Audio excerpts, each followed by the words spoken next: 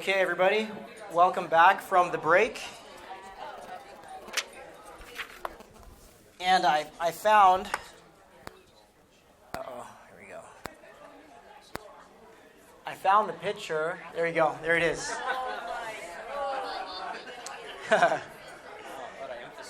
Yeah. What is going on?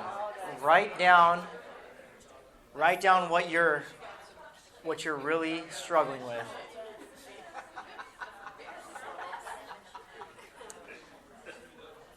And what would our lives look like if we could do this? Do these training timeouts. Like, honey, I'm sorry. Can I just pause here really quick? My real issue is I want to control you.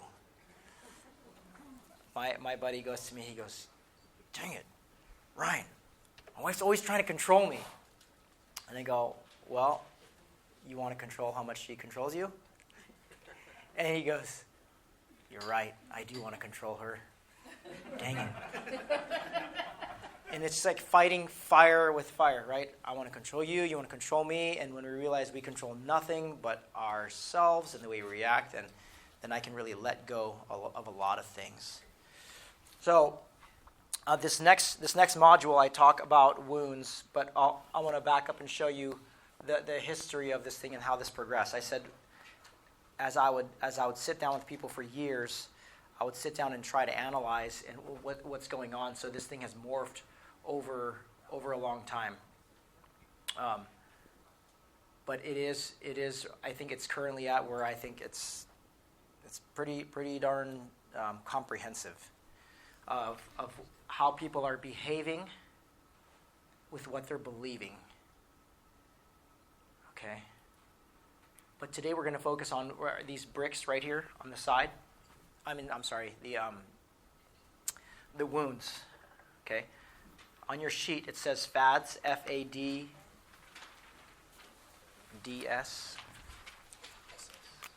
Oh, SS, yes. FADS stands for the wound of fear, the wound of anger, the wound of deceit, the wound of shame, and then you have a sadness wound.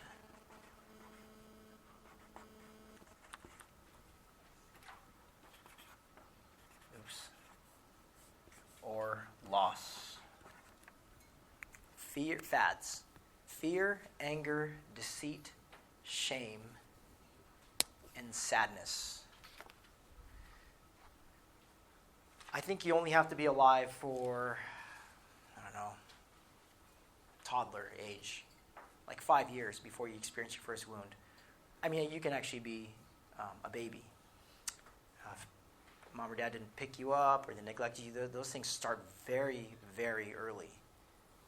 Maybe even in the womb. Wounds start very early, and there's a monumental book called, it's called The Body Keeps the Score. Anybody read that book before? You've read that book? It's amazing. Yeah. So, it's Dr. Van der Kolk. Dr. Van der Kolk wrote it, and all psychotherapists, I don't think you can graduate without, you've read it as well? Oh, yes, that's right. We talked about this.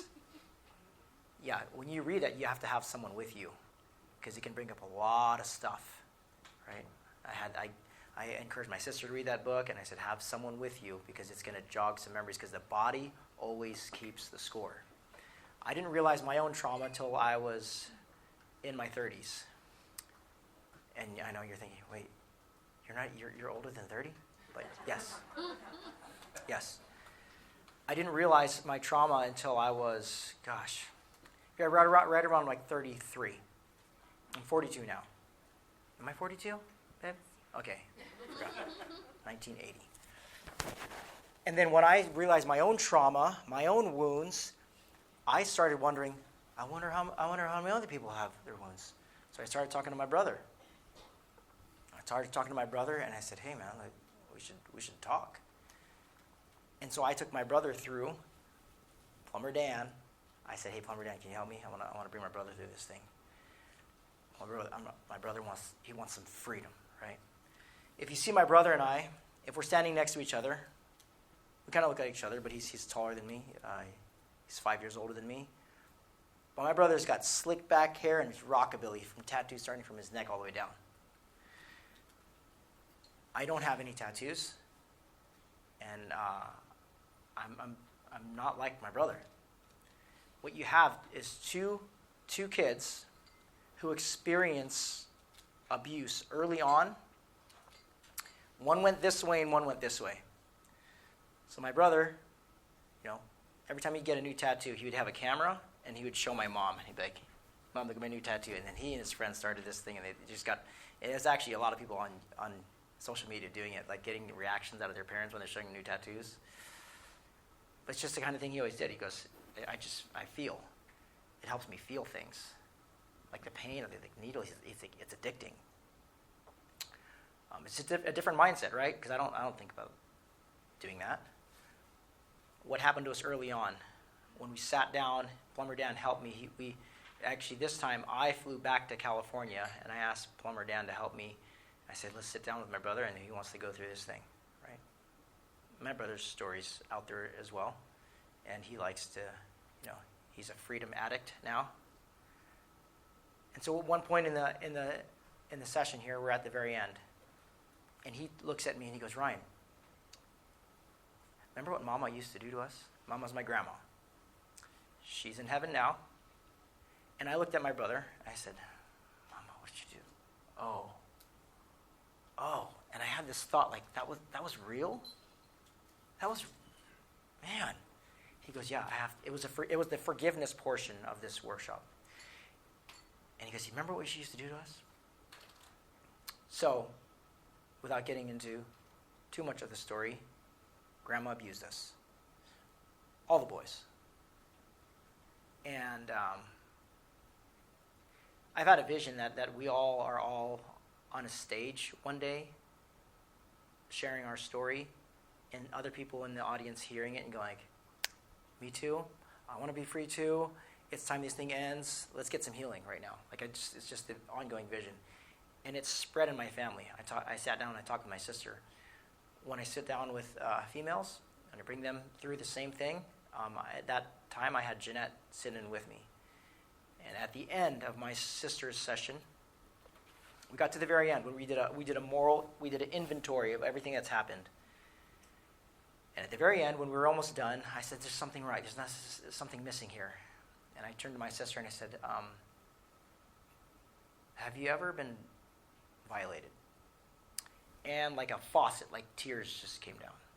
And so I began to say, like, man, this is it's all over our family. It's rampant. And then the more of these sessions I would do, I was like, okay, this is not just our family. This is a lot of people's family. This is a lot of people. And then I would watch how different wounds would manifest. So you take myself and my brother, right? You get the black sheep of the family, and then you get someone who's pursuing a lot of degrees and a lot of perfectionism and drivenness and accomplishments. Like, I've never been able to sit down and just settle for less. It's always been in my mind, I have to be the best. I have to win this race. I have to accomplish that. And so while everybody is sort of shaming my brother, like, why would you do that? Why do you do this? Like your life's like this, huh? And then they're looking at me and they're going, oh, that's so cool. And they're praising me because my behavior is socially acceptable. My brother's behavior is not so socially acceptable, so I'm getting away with it, and my brother's not getting away with it. Do you see what I'm saying? Like, they're like, oh, why do you do that? So I ran away for years. All these degrees, right? All these accomplishments with wrestling, with grappling. I became obsessed with wrestling. I became the California State Wrestling Open champion. And if you haven't noticed, California is a pretty big state. So you have to become almost obsessed to win that state. When I look at Olympians, when everybody else is going, that's so awesome, I'm thinking, that is not normal. Olympians are not normal people. It is a life of more than dedication. It's an obsession. I've had friends that are my friend, he got 6th on the Olympic ladder. And he sacrificed so much to get there, lost his marriage. There's a lot of sacrifice that goes behind just them standing on a podium and biting a medal. And it comes from a wounded place. Dan Gable, the greatest wrestler who ever lived, arguably, he totally undefeated in college. He lost his senior match, and he came back with vengeance in the Olympics and then destroyed that guy. Never got scored on the Olympics. Greatest guy ever, right? And I'm hearing him tell his testimony. Someone broke into their house and raped his sister. And that's a part of the story I never heard. That's part of the story I heard, but these kind of wounds, it drove him. There's always something underneath. And so for this module, I want to talk about different wounds that you may have. The story that I shared was a wound of sadness and loss. So, lost my innocence early. I lost my innocence very early as a child. And my view of the world and what's appropriate was skewed, right? Until I started realizing that it was a wound I couldn't heal. Now, there's a saying, you can't heal what you don't feel. So if you're going to experience healing from the wounds, you have to feel them. You can't feel them unless you express them. So that's always the order. That's the order of healing. I sit down and I think about the wounds, or because it's a blind spot, someone else is helping me. For me personally, I pray, and I say, what are some things I'm not aware of? And then I have people like Plumber Dan, I have people like Matt, I have people like Andy, I have people like Kyle, I have people like Bill. These are all men that I've listed that fully know me, besides the fact that I'm fully known by my wife. And they speak truth into me, and then they'll guide me. Like my friend Eric, he'll say, so how does that make you feel?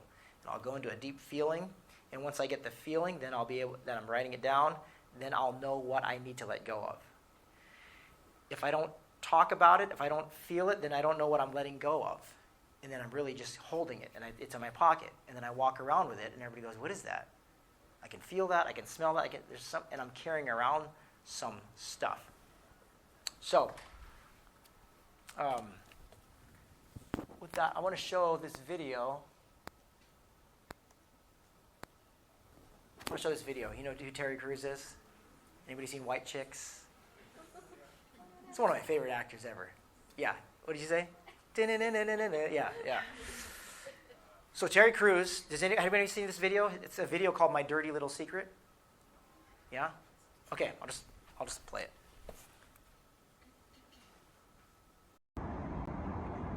Hey, what's up, Facebook family? How you doing? It's me, Terry Crews again. I just want to address some things real quick, man. The subject is dirty little secret.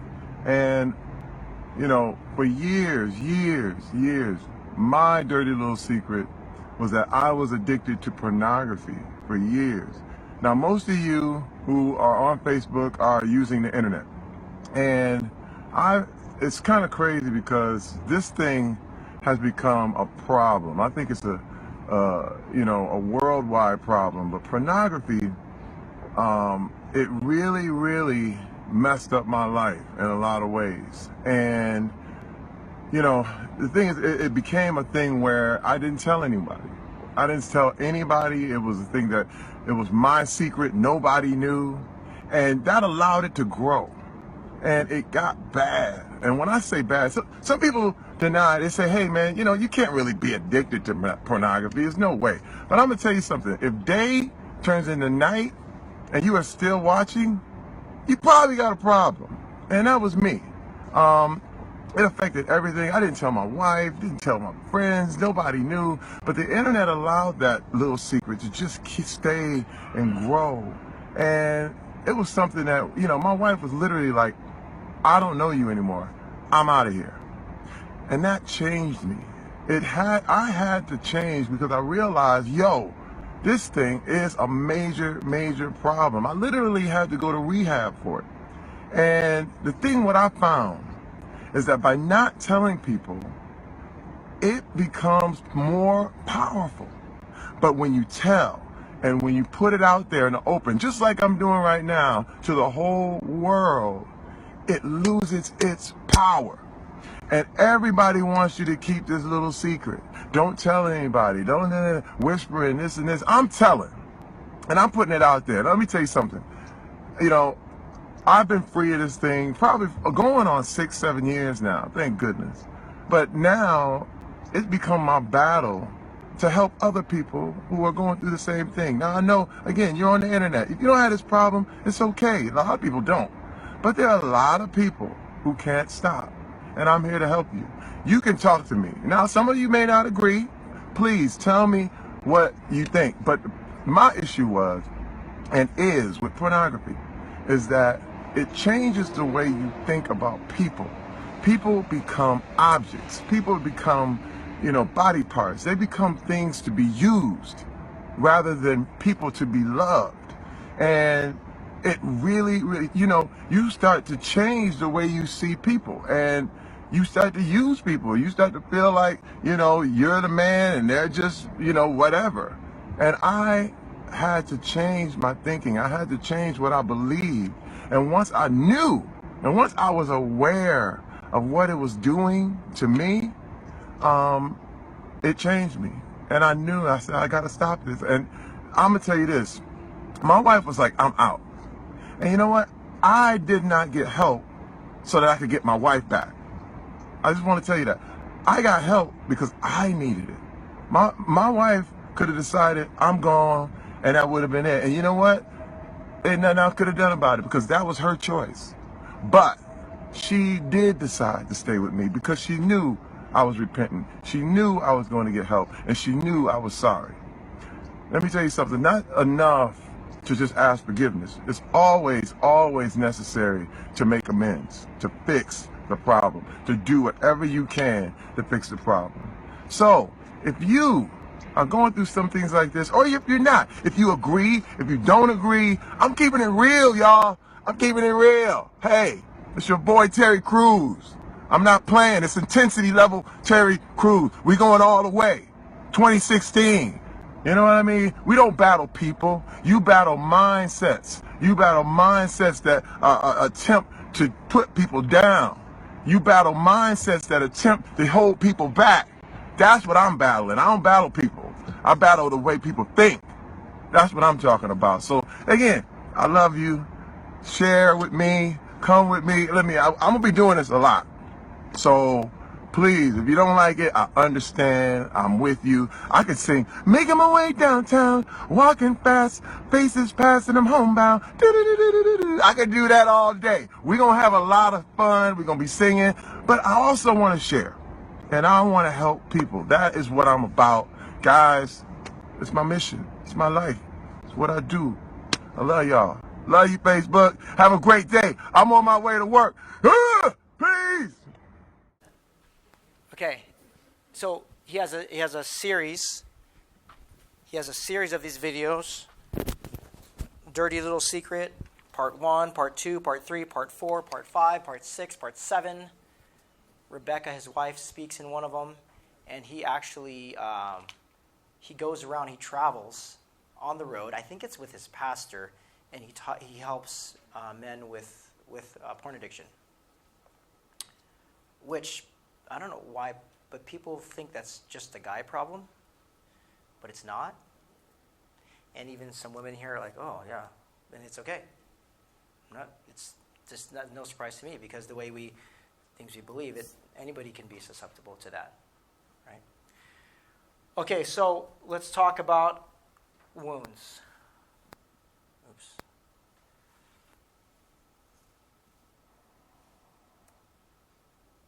There's your wounds.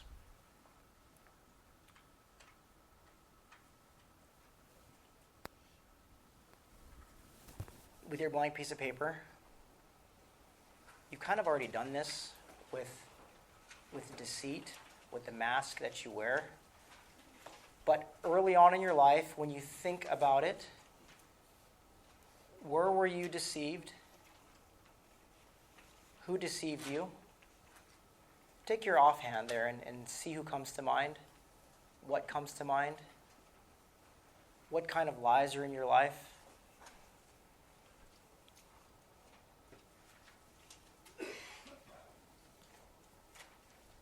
Just see what comes. Don't try to force it. Just allow your hand to do the writing.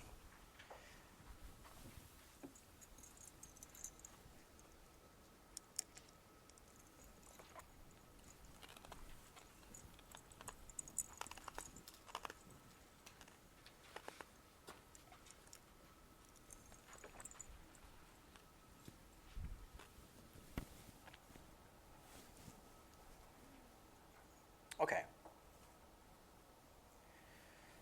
The wound of fear, living fear in light of events or issues in life. What are some fear wounds that you might have?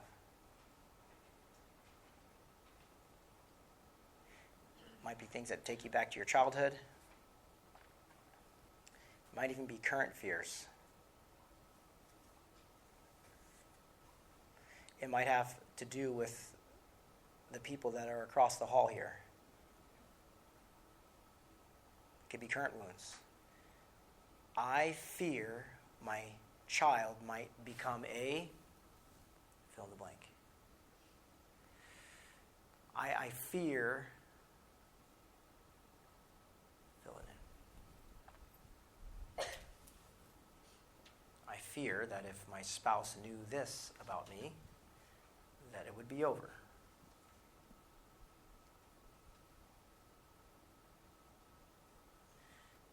Just a minute more on this one, on fear. And get it out of your system. Another reminder, safety is paramount here. It's not the intent for anybody to share at the table today or get up here and grab the mic and share, although you're welcome to. But this is just, I'm assuming at base that this is someone's first exposure to this kind of mindset or talk, okay? Although we're all in different places. So we're like, I'm ready to go. But we're going to keep it as safe as possible today. Okay? The wound of anger. What comes to your mind when you think about how you've been wounded with anger? And even thinking about your own anger right now, like how did that manifest? How did your anger manifest? You might even be thinking now with the tree picture, what your anger is linked to, whether it's control or power or approval. Well, what comes to your mind when you think about how you've been wounded by anger?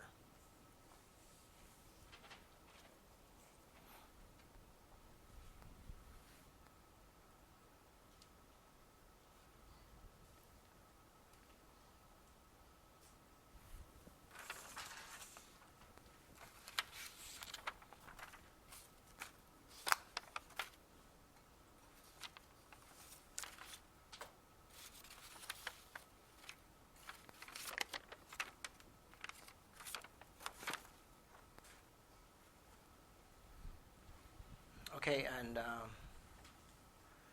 shame. What kind of shame do you carry? Guilt and shame are two different things that need to be defined.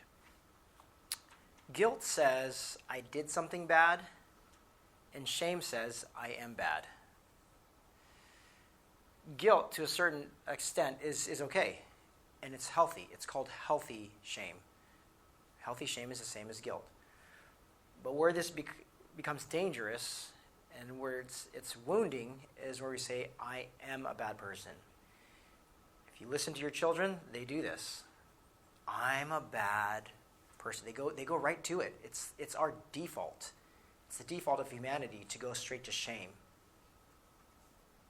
But the reality is, shame comes from a place of woundedness. Toxic shame. If you Google or go on Amazon, or you just Google how many books there are written about toxic shame, it would be a good investment. I got tons. You can see my bibliography. You would do well to buy a book on toxic shame. Brene Brown talks about shame. Dan Allender talks about shame. He's probably the world's subject matter expert on sexual abuse. He wrote a book called The Wounded Heart, but it's about shame. And shame, as the most destructive thing in the universe, is healed when we expose it and we make sense of the memories and the things we can control and can't control. Okay? I trust that you got out whatever you needed to get out on that paper. The fifth wound is sadness or loss. What kind of sadness or loss comes to your mind? Did you lose your innocence early on? Have you had a loved one die? Have you unexpectedly had to bury someone? I say that because I buried my dad a couple of years ago. And I've had to rework this step a lot. I've had to rework this because it didn't make sense. It didn't make sense to me how my dad died. And I wrestled really hard for, well, who am I kidding? I'm still wrestling. He died. I buried him in 2021. Yeah, right, 2021. He went in the hospital, and in Filipino culture, we doctors are like gods. You just do whatever the doctor says. You trust them. You trust the medicals. You just trust and trust. And so my dad signs whatever's needed. So he went in because he got COVID, and then they gave him this treatment for this thing, and they gave him this drug called remdesivir that ended up actually killing him. So I wrestled with that, and then I looked up everything. I looked up the doctor. I looked up it was Kaiser Permanente, and then I looked at the screen, at the computer screen. I looked at this young doctor that administered to him, and I looked at that screen and I said, "I forgive you. I forgive you." And I don't know. It could have been two things. It could have been an accident, or it could have been, I don't know, or anything in between, right? But the reality is, I'm wrestling with something. More than what actually happened is what it's doing to me, right? There's the truth which is out there, which will, in my mind, God will sort it out, and it'll be okay. But what I'm wrestling with will work its way down into my children's life, and it'll be collateral damage for everybody. So I have to deal with that. And so I've dealt with that. Like, how does it make me feel? Okay, so this is a wound. I'm experiencing loss, and then I just rework it, and I work it, and I express it, and I identify the emotion, and then I'm able to know to let it go. Because it's hard to be emotionally intelligent, I often look at this picture of this wheel. So you can't heal what you don't feel, right? And what would be good to do is to teach ourselves how to get in touch with these emotions. So the emotions that we know pretty well are angry, sad, and pissed off. But there's always something deeper than that. There's something always deeper than anger. Anger is a secondary emotion.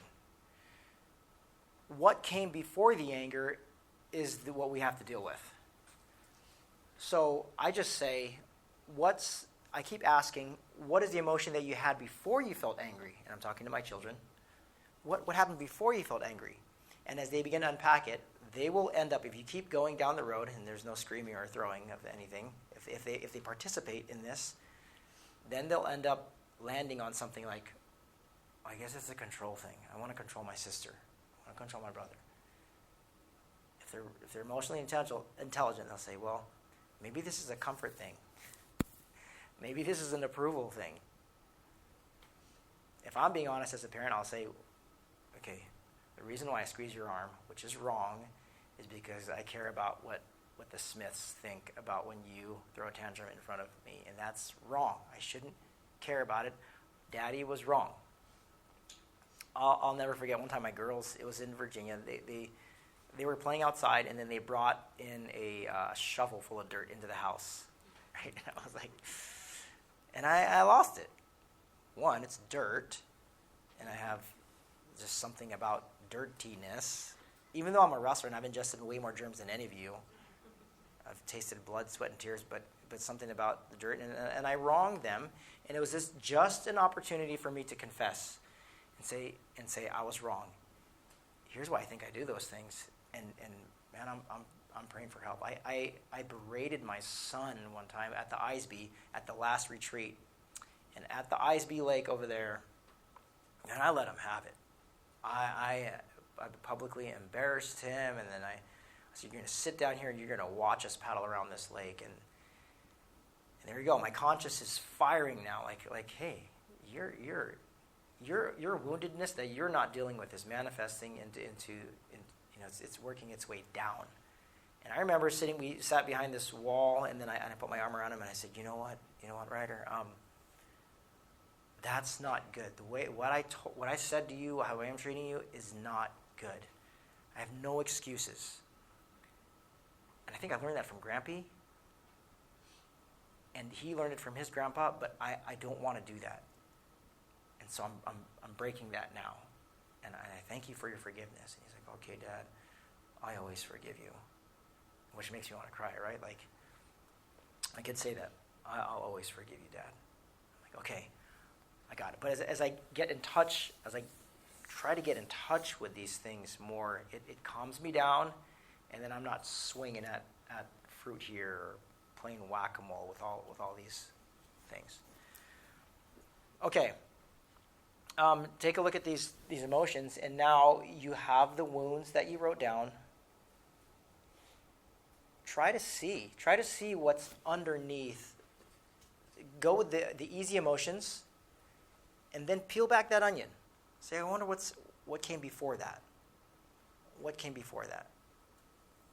And that's how I felt, and so that's what I need to express and let go of. Okay, it's not easy. It's easy it just sounds easy, right? Okay, I identify the emotion and I just say how it made me feel, and I let go of it. Well, it's not that easy, but there was so much power in actually hearing your own. When your ears hear your mouth say it, it is super, super powerful to express it. And then if you step it up from there, you get a real person in front of you, flesh and blood right in front of you, and you go, here's my confession. Sometimes I'll prep the stage with Jeanette if there's an intense fight. Let me give you a real example and get super vulnerable here, okay? One time we were fighting, and it was like super intense. I'm talking like nose to nose type of like, it was just bizarre. Like the way we're acting, the way I was acting as a married couple, like I want to get in a fist fight with my wife, right? And then it came to my mind some shame that I was holding, and some guilt, and this is radical, right? You're going to hear this and you're going to go, you're nuts. You're nuts, Ryan. Why do you confess like that? But I said, can we do a little timeout? Like a little Navy training timeout, right? So can we do a little timeout? I brought some fear into the house, and I think that's been the issue behind all this fighting, and the atmosphere has just changed. And I think I need to confess something. But is this a safe time? Is this a safe time to bring up a confession? Because I'm going to get really vulnerable right now. Because I've been worshiping fear again, and I'm worshiping control. Go ahead. Well, here's what happened, and the neighbor had come over, right? It was a young couple, and this gal was wearing clothes that I just noticed, and then I said, and I started to have thoughts about this person, and it's not good. Of course, I exposed more of where my mind went, but I knew at this point, I don't want to keep things. I don't want to keep shame. I don't want to be isolated because it's always a downward spiral. So I want to choose freedom. I want to choose vulnerability. Even though it's not comfortable, even now at this point, it's always worth it to uproot this thing. As soon as I make this confession, Jeanette receives it, and it's almost instantly gone. The first time we ever did this, in 2013, when Plumber Dan was encouraging me, you can be fully known, and I was thinking, I don't know about fully known. That's redunculous. That's not good. It's not going to end up well. Probably end up out of the Navy and out of the Chaplain Corps, right? The stuff that I'm about to confess, I'll probably be out of a job. So, I went for a walk. It was like midnight, and I told Jeanette, I need to go for a walk. It's midnight. I'm taking the dogs for a walk, and I remember looking up into heaven, and I said, Lord, give me everything I need to share because I only want to do this once. I only want to cry once. And I felt out of left field, God gave me 4 things, and I literally put my fingers in my ear. I'm like, I'm not talking about those things. Why would you bring up those 2 extra things? And that was it. It was only 4 things. And we don't have time to go into those now, but if you and I sat down for a cup of tea or coffee or whatever, I'm going to tell you the whole story. I got no secrets. I'm fully known. And so I came back to the house. It was about 2 in the morning, and I go, here we go. I am scared. I am so scared. So I walk in, I'm like, and she's like, what are you doing? And I'm like, I got to tell you something. I said, babe, I've been living in fear. I've been in bondage to fear our whole marriage, but that's about to end right now. And I go, number 1, number 2, number 3, number 4. And Jeanette caught her, she was taken aback, she caught her breath, she's like, wow, okay. And then she said, thank you, something like that. And then you know what she said after that? She goes, I guess it's my turn. Right? And she goes, you know, when you're this time, this happened. And then I felt like our souls for the first time went, it was like the missing link. You know that old school 80s game Zelda? Like it opens up a new level. Like it opened up a whole new level. A whole new game. And in that moment, I remember sitting down at the bed and I was kneeling there and I go, oh my gosh, look how much has been done through us. You know, I was 7 years in to the chaplaincy. 7 years in, I finally got saved in my terms. I go, I wonder what is going to happen tomorrow. And just like that, people started showing up at our doorstep. I mean, talking about like people say, hey, I just got abused. And we would be like, we're going to pick you up. I need a place to stay. Yep, our couch is right here. Like, it was, our eyes were opened, and it was the mingling of souls. You want to talk about how to radically change your sex life? Be fully known. Be fully known. You can read Cosmo and all these other things. That is nothing. That is nothing. I have interviewed guy after guy after guy when we're talking about this, and I was asking him what sex was like before and after they came into the light, and it was night and day. Even after confessions of infidelity, like my friend Matt, who he promised himself he would never do it because she told him, if you ever tell me this or this, I am gone. So he had reason to live in fear. He believed he had reason to live in fear and to hold those things tight. When he stepped into the light, the next morning, she came downstairs and she goes, I don't know what I'm still doing here, but I'm not going anywhere. And he just sobbed. We were on the phone. He and I both fasted 24 hours from food, right up to leading. And then I also solicited some other guys to fast. Like, it was like a worldwide thing. Like, we got you, bro. We have your back. And as he stepped into that space of vulnerability, they began to heal. They began to heal. Are they perfect now? No. Do low balls come out? Like, well, you did this. Do those kind of things come out? Yes, because we are wounded people who believe certain things, and those things come up from time to time. But they know the steps. This is true resiliency to me. This is true resiliency. The ongoing ethic of confession and repentance in front of somebody else. In recovery circles, recovering people in recovery, they do it in a circle, and they go around, and it's just an ongoing thing. They know you show up and you are seen. Religious circles, churches, sometimes it's the opposite. You show up in your best dress, you show up saying the right thing, and nobody's confessing because everybody looks good, and everybody's fine, and everybody's hallelujah, or yeah, praise God, it's fine. But we know better. I know better. Let's just be real. If every church, synagogue, mosque, if every different place of worship could be more like an AA meeting, it'd be awesome. Which is a song by Mike Donahue called All Together. It's one of the best songs ever. He says if more churches could be like AA meetings, it would be awesome. Okay. How does everybody feel? This is super deep, right? This is super deep stuff. But I think it's true resiliency. You bring secrets into the workplace, it affects national security. Right? It does. It does, because you're bringing it out there.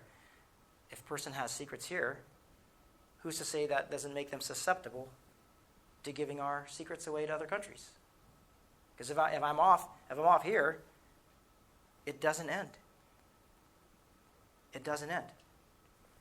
And in advising commanding officers, one time I was sitting in a staff meeting, and then the guys that were deployed had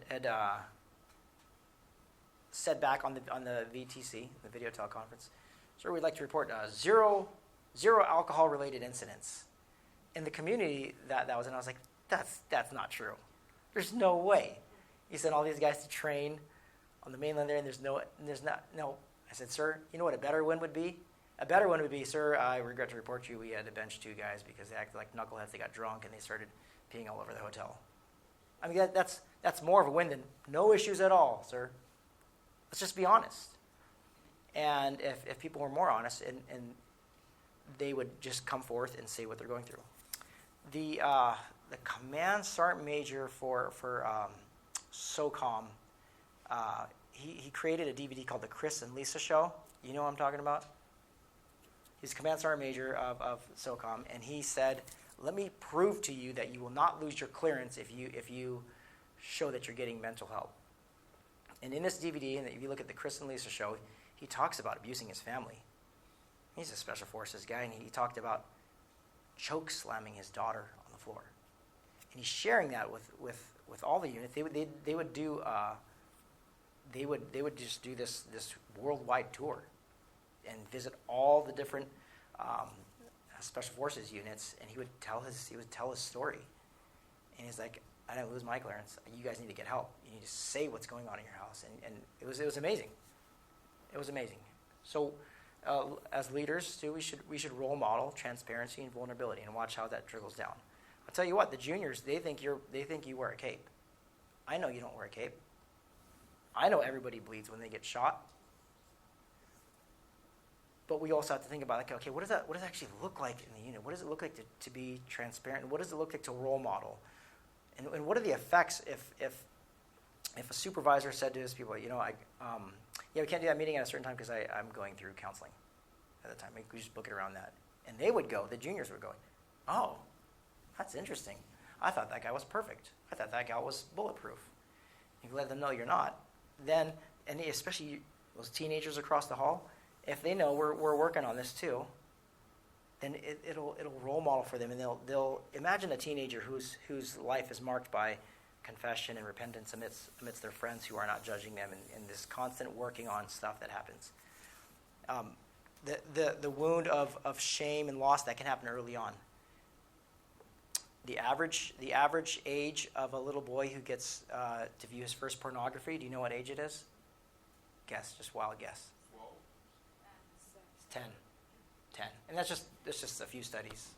It's way too young, right? Dan Allender, who I've said is a subject matter expert on sexual abuse, he says, when somebody hands a child pornography, they have now been sexually abused. Because it meets the criteria for they have been sexually abused. For me, it was a little bit later. I was a sophomore in high school, and I'll never forget, it was summer school, science class. I was sitting there, and this kid, it was at Pendleton. I grew up at Pendleton, Camp Pendleton, California. I'll never forget, this kid turns to me, and he goes, "Hey, Ryan, you got to watch this." He hands me this yellow VHS tape. Remember the VHS tape? Those were the days. Was it Betamax? No, it wasn't Beta. It was VHS. And I go, "Oh, okay." It was porn. So I go home and I put it in the VHS tape, and I'm watching this thing, and it changed my mind. I think there was chemical changes in my brain. I was like, "What is this?" And then I heard the garage open, and I was like, "Oh!" And I'm like, "Ugh." I told my mom this story. And it's stuck, right? I go, "Oh, God, if you have this tape come out, I will never watch this again." You know what happened? Right then, it goes, and it comes out. I was like, "Oh!" And I put it in my backpack, and I walk next door, and I gave it to my neighbor, Steve. And I go, "Hey, dude, here. You can have this." And I went there a couple, the next day or two, and then all those guys were watching it, right? And I walked in, and they were watching it, and this is the last time I ever saw it. I think that's the last time I ever intentionally looked at porn.